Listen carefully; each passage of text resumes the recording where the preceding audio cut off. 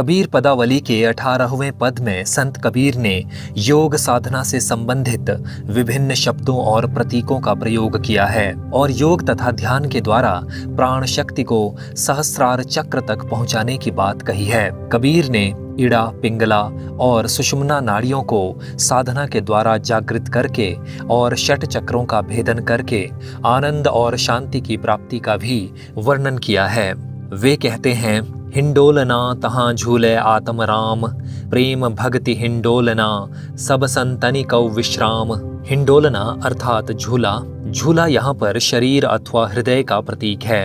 आत्म राम अर्थात आत्मा रूपी परमेश्वर। दूसरी पंक्ति में हिंडोलना शब्द का दोबारा प्रयोग किया गया है। यहाँ पर हिंडोलना का अर्थ है झूले का आगे और पीछे जाना। हिंडोले के आगे और पीछे झूलने की क्रिया को हुलारा या पेंग भी कहा जाता है। संतनि अर्थात साधु, सन्यासी या साधक। विश्राम अर्थात आराम करने का स्थान या आरामदायक और शांतिदायक।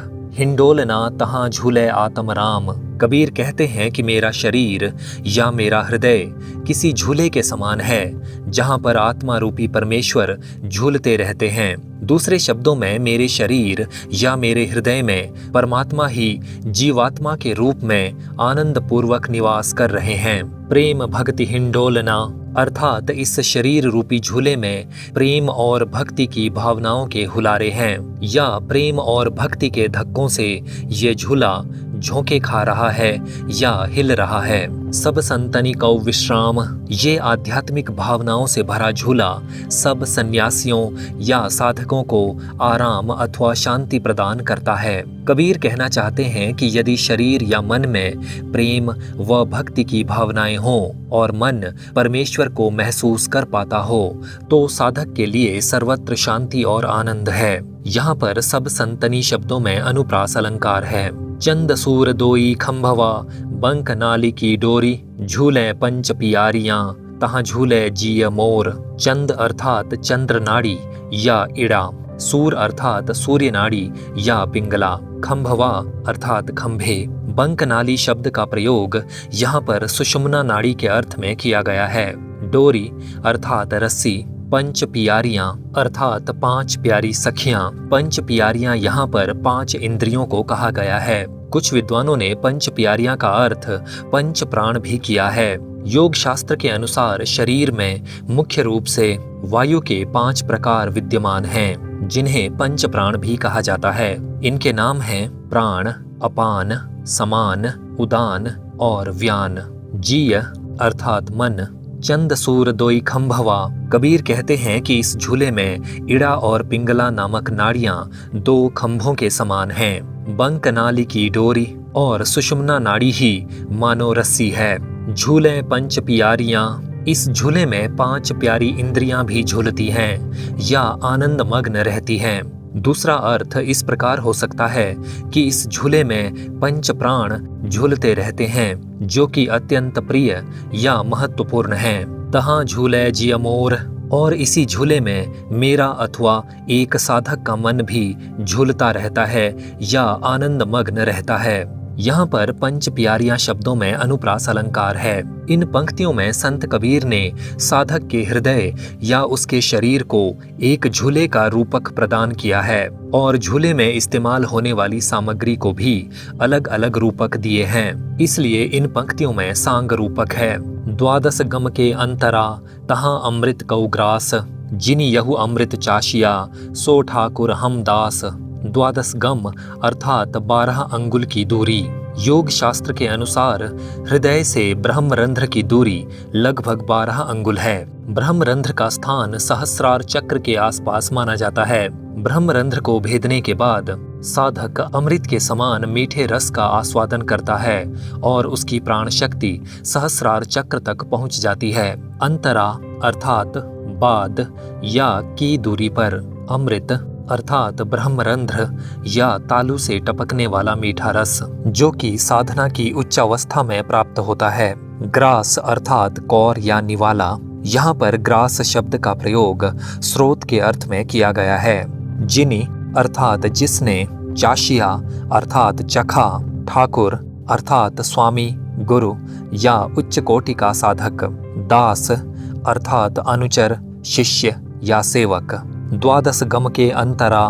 कबीर कहते हैं कि हृदय से 12 अंगुल की दूरी पर जो ब्रह्मरंध्र नामक स्थान है, तहाँ अमृत कौग्रास, वहाँ पर आस्वादन करने योग्य अमृत के समान रस उपलब्ध है, या वहाँ पर अमृत के समान मीठे रस का स्रोत है।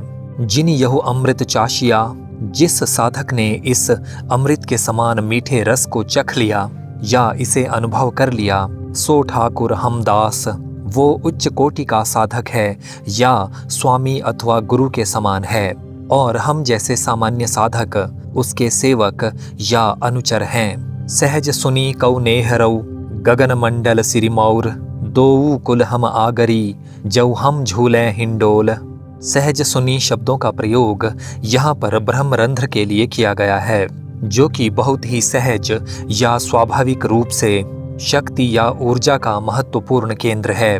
नेहरऊ अर्थात नेहर या मायका, गगन मंडल अर्थात सहस्रार चक्र, जो कि सिर की चोटी के आसपास विद्यमान है। कहा जाता है कि इसकी आकृति 1000 पंखुड़ियों वाले कमल के समान है। साधक की कुंडलिनी मूलाधार से उठकर 6 चक्रों का भेदन करते हुए सहस्रार चक्र तक पहुंचती है, और साधक को अनेक प्रकार के विलक्षण आध्यात्मिक अनुभव होने लगते हैं। सिरमौर अर्थात मुकुट। सिरमौर शब्द का प्रयोग यहाँ पर श्रेष्ठ स्थान या मंजिल के अर्थ में किया गया है। विचार और भाव के आधार पर इसका अर्थ ससुराल भी किया जा सकता है। कुल अर्थात कुटुंब या परिवार। आगरी अर्थात निपुण या चतुर। यहाँ पर आगरी शब्द का प्रयोग कुशलता से संभालने या इज्जत पाने के अर्थ में किया गया है। हिंडोल शब्द का प्रयोग यहाँ पर साधना से मिलने वाले आनंद के अर्थ में किया गया है। सहज सुनी कौ नेहरऊ। कबीर कहते हैं कि मेरी जीवात्मा के लिए ब्रह्मरंध्र मायके के समान है, या मेरी जीवात्मा का मूल ठिकाना ब्रह्मरंध्र ही है, जहाँ वो स्वाभाविक रूप से रहना चाहती है। गगन मंडल सिरिमौर और सहस्रार चक्र मानो मेरी जीवात्मा का ससुराल है, जहाँ वो पहुँचना चाहती है। यानी सहस्रार चक्र तक पहुँचना मेरी आत्मा का उद्देश्य है, या साधना के क्षेत्र में सहस्रार चक्र ही मेरी आत्मा की मंजिल है, क्योंकि वहाँ पर परमात्मा रूपी पति से साक्षात्कार संभव है। दो कुल हम आगरी। मेरी आत्मा मायके और ससुराल के दोनों परिवारों को कुशलता से संभाल रही है, या दोनों जगह सम्मान पा रही है। इसका दूसरा अर्थ इस प्रकार किया जा सकता है कि मेरी आत्मा आध्यात्मिक रूप से इतनी सबल और सक्षम हो गई है कि संसार और परलोक दोनों ही जगह सुख और आनंद से रह सकती है। मेरी आत्मा को संसार में कोई कष्ट महसूस नहीं होता, क्योंकि साधना के द्वारा ये ईश्वर को महसूस कर सकती है, और इसी प्रकार अपने स्वामी या अपने पति परमात्मा के लोक में भी मेरी आत्मा को कोई कष्ट नहीं होगा, क्योंकि परमात्मा के साथ रहना मेरी आत्मा के लिए सौभाग्य की बात है। जब हम झूलें हिंडोल, ये सब इसलिए संभव है क्योंकि मेरी आत्मा साधना से मिलने वाले आनंद रूपी झूले पर झूल रही है। यहाँ पर सहज सुनी शब्दों में अनुप्रास अलंकार है। अगली पंक्तियों में संत कबीर ने नदी, घाट, गगरी, संगम, नाव, खेवैया आदि के रूपक के द्वारा साधना और कुंडलिनी जागरण की प्रक्रिया का वर्णन किया है। कबीर कहते हैं, अरध उरध की गंगा जमुना, मूल कंवल कौ घाट, षट चक्र की गागरी, त्रिवेणी संगम बाट। अरध अर्थात अधर या नीचे, उरध अर्थात ऊर्ध्व या ऊपर। इस प्रकार अरध उरध का अर्थ है नीचे से ऊपर तक या नीचे से ऊपर की ओर। गंगा अर्थात ईड़ा नाड़ी, जो कि सुषुम्ना के बाईं ओर विद्यमान है। जमुना अर्थात पिंगला नाड़ी, जो कि सुषुम्ना के दाहिनी ओर विद्यमान है। मूल कंवल अर्थात मूलाधार चक्र, जो कि रीढ़ की हड्डी के सबसे निचले सिरे पर स्थित है। घाट अर्थात नदी के किनारे कोई स्थान जहाँ पर पानी से संबंधित विभिन्न कार्य किए जाते हैं। षट चक्र अर्थात शरीर में विद्यमान 6 महत्वपूर्ण चक्र, जिनके नाम हैं मूलाधार, स्वाधिष्ठान, मणिपुर, अनाहत, विशुद्ध और आज्ञा चक्र।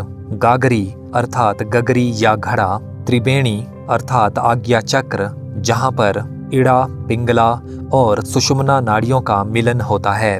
संगम अर्थात मिलन स्थल, बाट अर्थात रास्ता। अर्ध उर्ध की गंगा जमुना अर्थात शरीर में नीचे मूलाधार से ऊपर आज्ञा चक्र तक गंगा और जमुना रूपी इड़ा और पिंगला नाड़ियां विद्यमान हैं।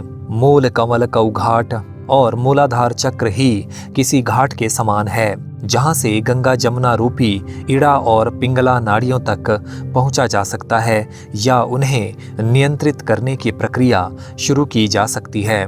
षट चक्र की गागरी 6 चक्रों का घड़ा लेकर साधक की प्राण शक्ति, उसकी ऊर्जा या कुंडलिनी, त्रिवेणी संगम बाट, आज्ञा चक्र रूपी त्रिवेणी जो कि इड़ा, पिंगला और सुषुम्ना नाड़ियों का मिलन स्थल है, की ओर जाने वाले रास्ते पर चलती है।